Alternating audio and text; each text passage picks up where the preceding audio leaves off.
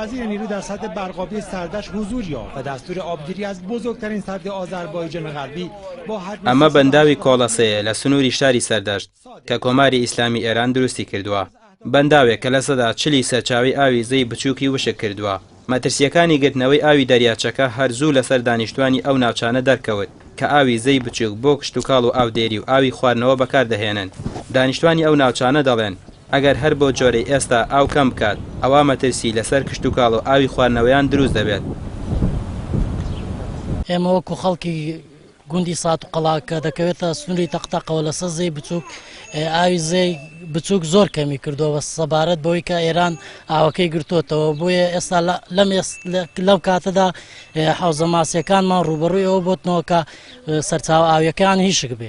هەندێک غەتاس و شتمان ئاوەکە هیشکی کردو بەهۆی ئەوە سوتاوە.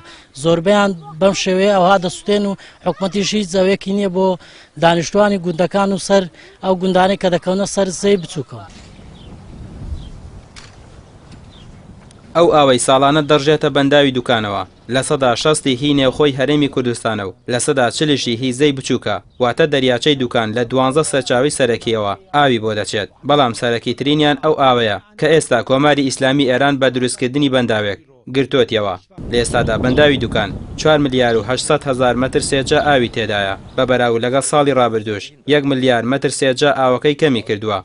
بەڕێبەری بەنداوەکە دەڵێت بەهۆی مەترسی لەسەر ئاوی بەنداوەکە ئێستا ڕۆژانە 1 وەحدە ئاو بەردەدەنەوە لە کاتێکدا پێش ئەو کێشەیە ڕۆژانە 2 وەحدەیان بەردەدایەوە.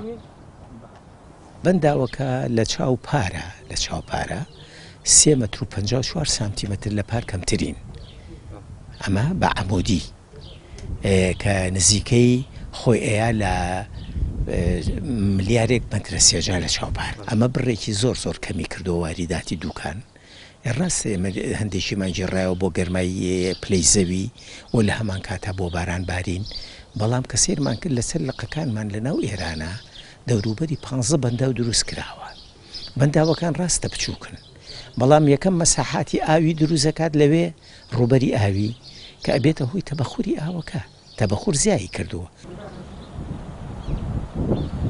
وەزیری کشتتوکاڵ و سەرچاوەکانی ئاوی هەرێمیش لەسەر گرتنەوەی ئاوی زەی بچوو قسەی خۆی هەیە. لە کۆنگرەیەکی ڕۆژنامەوانیدا ڕایگەیاندووە ئەگەر کۆماری ئیسلامی ئێران ئاوی بەنداوەکە بگرێتەوە ئەوانیش ناچارن ئاوی کەمتر بۆ حکوومەتی عێراقی بنێرن چونکە دەست بەو ئاوە دەگرن کە ئێستا لە دەریاچەی دوکان هەیەە و تەنها بەشی خۆیان دەکات. ئێمە ناسانی نەمەوە ئاوی زیاتر گرت بدەینەوە بۆیە ناسارین ئاوی کەمتر بکەینەوە. ئەنێ گەیشتێک باسیشی کرد بەڕاستی ئێمە بە عێراقشمان ڕاگەیاندووە. ئێمە نامانەوێ هیچ هاوڵاتێک بەڕاستی بەهۆیەوە کە ئێران بەنداوێک دروست دەکە ئاو لێمە دەگرێت ئێمە ئاو لە عێراق بگرینەوە بەڵکو ئێمە ناسەر دەبین ئاوگر بدەینەوە بۆ خواردنەوەی هاوڵاتیانی خۆمان بۆ کشتتوکاڵی خۆمان. بەڕاستی تا هاوڵاتیشی ئێمە پێویستی پێ بێ من ناتوانم ئاو بەردەمەوە. بۆیە ئێستا ئێمە ئەو ئاوی بەتایبەتی دوکان ئێمە ناسار بووین کەمی بکەینەوە. این سد با هدف تولید برق تأمین آب کشاورزی بەڕێوەبەراتی گشتی سنوورەکانی سەر بە وەزارەتی وزەی ئێران ڕایگەیاندووە هیچ مەبەستێکیان نییە لە گرتنەوەی ئاوی ڕووبارەکە و تەنها بۆ پرۆژەیەکی کارەبا تاقییان کردوتەوە وەگرتنەوەی ئاوی بەنداوەکە بە شێوەیەکی کاتیە. لە کاتێکدا چەند ڕۆژێک بەر لە ئێستا وەزیری سەرچاوەکانی عێراق لەگەڵ بەرپرسانی ئێران قسەی کردووە بۆ دانیشتن لەسەر ئەو پرسە. بەڵام بەرپرسانی ئێران وتویانە ئامادەنین لەسەر ئەو پرسە هیچ قسە و کۆبوونەوەیەکیان هەبێت. ئەوەی کە ئێستا گرینگە هەرێم پابەندی بێت پاراستنی ئەو ئاوەیە کە لە نێو بەنداوەکاندا پاشەکەوتی کردووە و بۆ زستانی ئایندەش ئامادەکاری تەواو بکرێت بۆ گلدانەوەی ئاوی باران. ڕامیان ڕسمان کەناڵی ئاسمانی پەیام قەزای دوکان.